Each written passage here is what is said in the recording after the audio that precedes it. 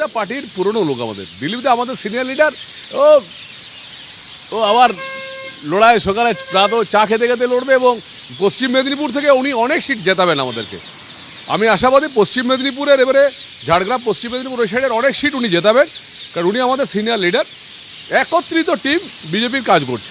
ওটা তো দিলীপ বাবু যে আবার ফিরে এলেন, আগে দিলীপ বাবু সিটিং এমপি ছিলেন, ফিরে আসা সেটা একমাত্র মমতা বন্দ্যোপাধ্যায়ের আমন্ত্রণে দীঘার জগন্নাথ মন্দির উদ্বোধনের দিন গিয়ে মমতা বন্দ্যোপাধ্যায়ের প্রতিষ্ঠিত মন্দিরে জগন্নাথ দেবকে প্রণাম করার জন্য প্রভু জগন্নাথ দেবের আশীর্বাদে দিলীপ ঘোষ তার সিট ফিরে পেয়েছেন। আমরা সেটাই এক্সপেক্ট করব।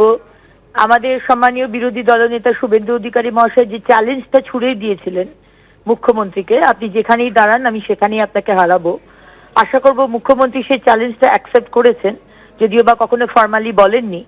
নন্দীগ্রামে উনি 1956 ভোটে হেরেছেন, তারপরে পালিয়ে এসেছেন, এখন ভবানীপুরে উনি বলছেন দাঁড়াবেন, আগেবারও যেটা দাঁড়িয়েছিলেন। সুতরাং উনি চ্যালেঞ্জ অ্যাকসেপ্ট করুক, এটাই আমরা চাই।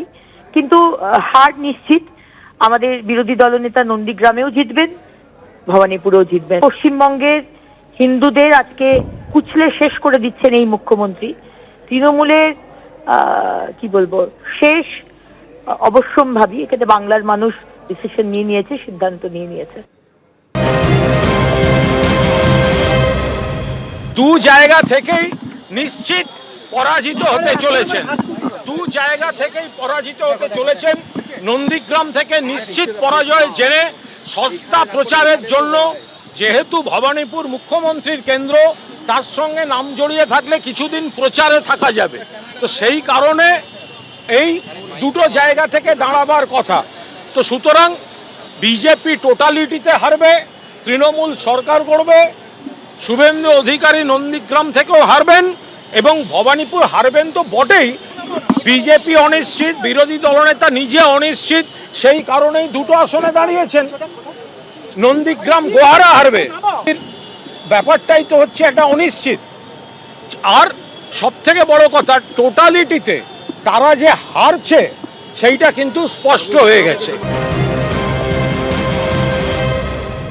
এবারের যে বিধানসভা নির্বাচন 2026, সেখানে দুটো কেন্দ্রে নজর থাকবে সবার। একটি হলো ভবানীপুর, আমরা বুঝতেই পারছি সেখান থেকে শুভেন্দু অধিকারী যেরকম লড়াই করছেন, তার পাশাপাশি অবশ্যই এখনো পর্যন্ত যেটা জানা যাচ্ছে মমতা বন্দ্যোপাধ্যায় লড়াই করবেন, কারণ সেটা তার কেন্দ্র, সেখানকার বিধায়ক মমতা বন্দ্যোপাধ্যায়। অন্যদিকে নন্দীগ্রামে শুভেন্দু অধিকারী লড়াই করছেন, কিন্তু তার পাল্টা কৌশল এবার তৃণমূল কি রাখে সেদিকেই নজর।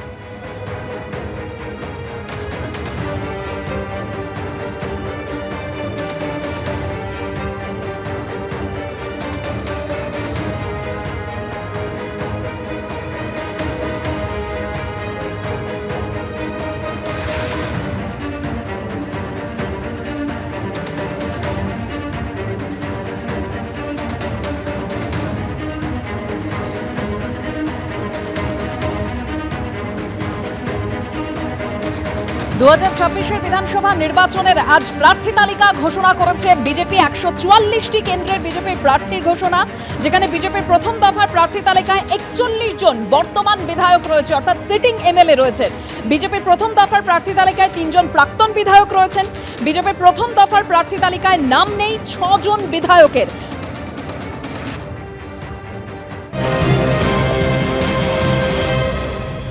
পশ্চিমবঙ্গের বিধানসভা নির্বাচন এবং যার প্রার্থী তালিকা আজ প্রকাশ করেছে বিজেপি, যেখানে সবথেকে বড় গুরুত্বপূর্ণ যে জায়গা তা হলো ভবানীপুর এবং নন্দীগ্রাম।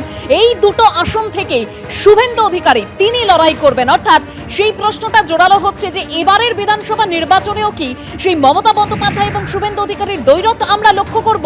এখনো পর্যন্ত তৃণমূলের তরফে প্রার্থী তালিকা ঘোষণা করা হয়নি, তবে বিজেপি যে প্রার্থী তালিকা ঘোষণা করেছে আবারও আপনাদের সামনে তুলে ধরব। ভবানীপুর কেন্দ্র থেকেও শুভেন্দু অধিকারী লড়াই করছেন বিজেপির প্রতীকে, নন্দীগ্রাম থেকেও শুভেন্দু অধিকারী তিনি লড়াই করছেন।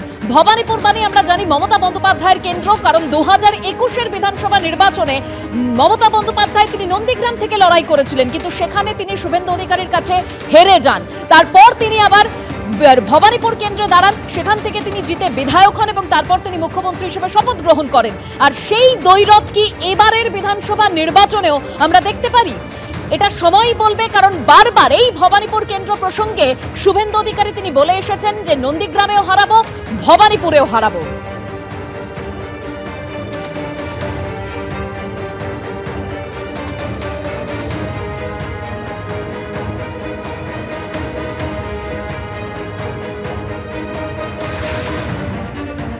এটা ভারতীয় জনতা পার্টি, এখানে ব্যক্তি সিদ্ধান্তে কিছু হয় না।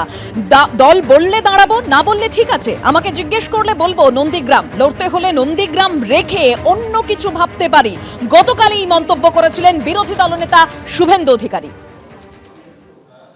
আমার ভাবার কিছু নেই। ভারতীয় জনতা পার্টিতে ইন্ডিভিজুয়াল হয় না, এটা পিসি ভাইপোর পার্টি নয়, এখানে ব্যক্তি সিদ্ধান্ত হয় না,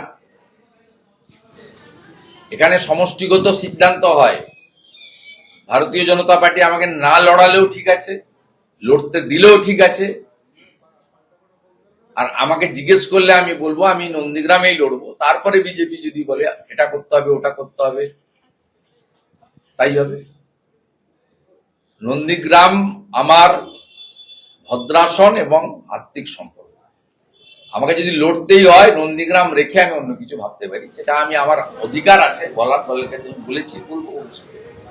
নন্দীগ্রাম নিয়ে কোনো দ্বিমত। এবিপি আনন্দ, এগিয়ে থাকে, এগিয়ে রাখে।